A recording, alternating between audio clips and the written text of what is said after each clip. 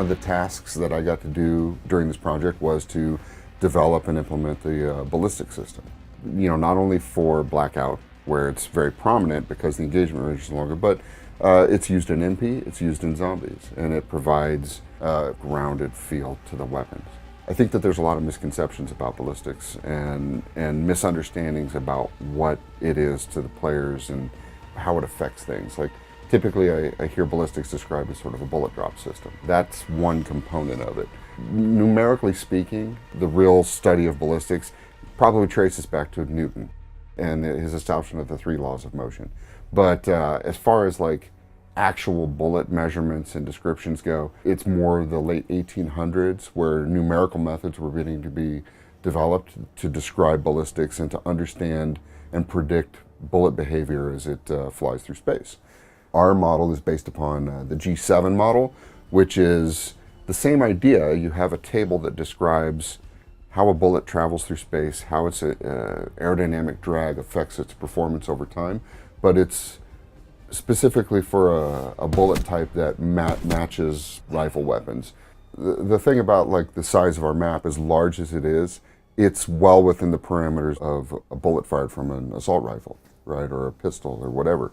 So the simulation in a game, the bullet will travel the distance of the map. You could fire a bullet in blackout across the entire map. Whether you could hit anything or not is another question. There are ways to measure distant target within the scope.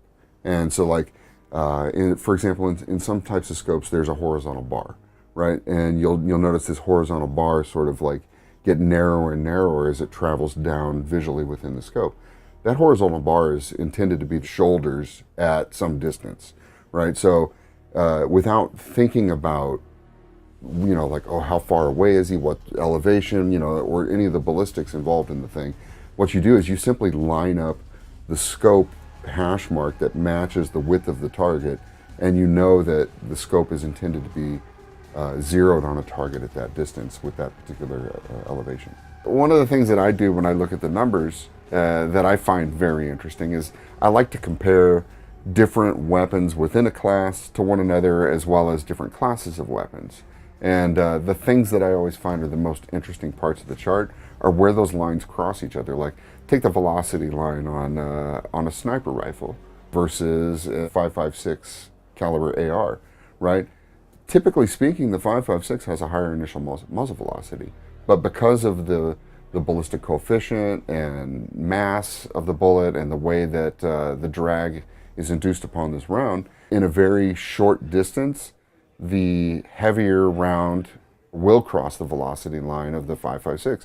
So you get these really interesting descriptions you can look at in the table where you go, oh, at 1/4 second, now the 5.56 is actually slower than the 7.62, and then you can look and see like what are the ranges at which those cross at, and would that drive any decision making that as a player I'm interested in.